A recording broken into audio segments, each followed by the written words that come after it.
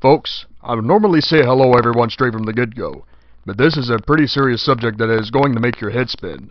Through the years, I didn't understand why people thought highly of a Democrat named Franklin Delano Roosevelt, the longest-served president in United States history. Many historic presidential polls have indicated that FDR was the best president in United States history. But why is that when a lot of people during the Great Depression were struggling? Well, some say that he saved the country by establishing programs that were meant to help the poor and needy sustain themselves.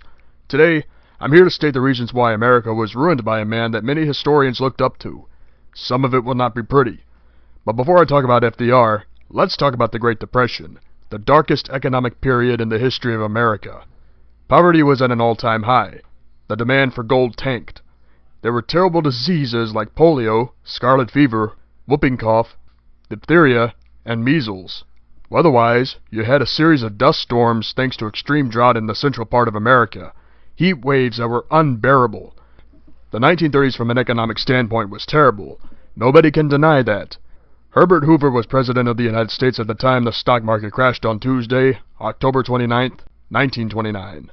Some say that Herbert Hoover was criticized for not stepping in and helping the American folks when it was the people that spent their money needlessly and failed to pay attention to the markets that led to their own downfall. Hoover was criticized mainly for refusing to inflate prices, issue guidelines for businesses, and give money to struggling banks. Today, many capitalists and conservatives would give Hoover credit for letting grassroots businessmen thrive on capitalism. I give Hoover credit for the fact that he gave grassroots people an opportunity to capitalize on goods while the prices sank like a rock.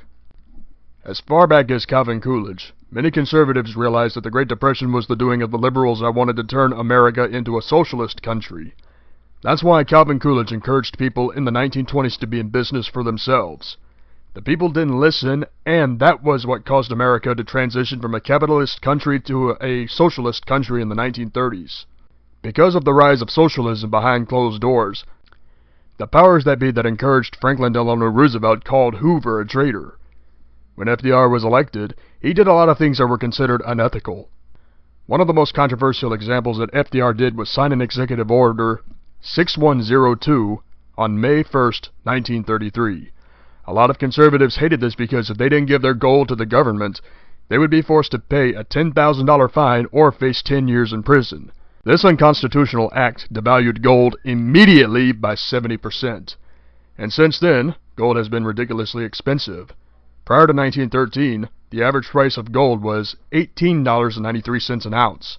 The price of gold reached an all-time low of $17.06 an ounce due to deflation in the market. Executive Order 6102 immediately surged the price of gold to $35 an ounce. That meant that the United States Mint could never afford to mint gold coins again regularly. Because of Executive Order 6102, people that got reimbursed paper money eventually became poor due to the fact that fiat currency is not backed by gold.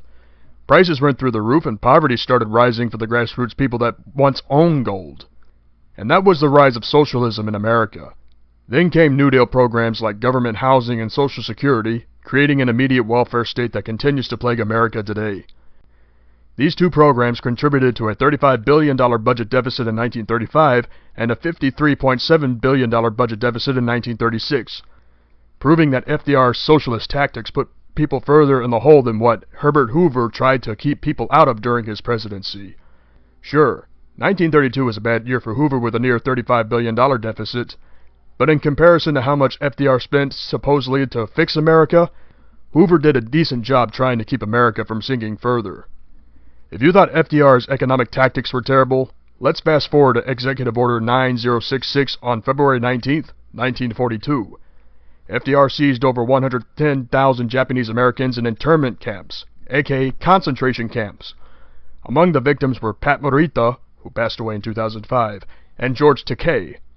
It's unknown exactly as to how many Japanese Americans died in concentration camps, but the survivors were never the same after that experience. As for why the Japanese attacked Pearl Harbor in World War II, FDR placed an embargo on Japan. This meant that the Japanese couldn't get metal, oil, and other goods so Japan could take down China. Japan was in a war with China as far back as 1937. The Japanese tried to make a deal with America to lift the embargo, but FDR ceased business deals with Japan, causing a recession for Japan.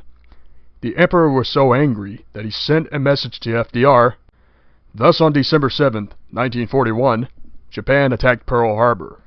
While America was officially out of the Great Depression in 1941, the national debt rose from $48.9 billion to $258 billion at the end of World War II. During FDR's 12 years in office, the national debt went from $22.5 billion to $258 billion. That is what socialism does to people. It drives people further into debt. Granted that Harry Truman tried to cut the national debt after World War II, it climbed again until Dwight D. Eisenhower was president. You can blame the Federal Reserve for devaluing the dollar. You can blame government officials in Washington for spending more rather than saving, etc. But Franklin Delano Roosevelt ruined America with a socialist ideology that screwed over capitalists. Small businesses that thrived for 50 to 100 years were gone under FDR's presidency. Regulations in the market, making gold illegal to own, forcing people to pay more taxes to support the welfare state, and holding Japanese Americans against their will is the reason why FDR is the biggest scumbag president of all time. Say what you will about James Buchanan, all of the presidents of the Whig Party, Jimmy Carter, and Bill Clinton, but FDR caused a whole lot of social unrest. Think about it. When capitalists like Warren G. Harding and Calvin Coolidge were presidents, the national debt went from $23 billion to nearly $17 billion. Granted that Hoover got crapped on during his presidency, the national debt was at $16 billion in 1930. Sure, FDR was a hero, but he was a hero to the deep state during his 12 years in office. Because of him, gold coins can never be minted regularly again. No $5 gold coins, no $10 gold coins, and especially no $20 gold coins. Could you imagine what a $20 gold coin would have bought us if the gold standard was still enforced? A cart full of groceries is one example. Another example is buying a small plot of land. And that's why Franklin Delano Roosevelt ruined America, backing up Archie Bunker's points on All in the Family. Anyway, I'm Ed Ray, and I'm out of here.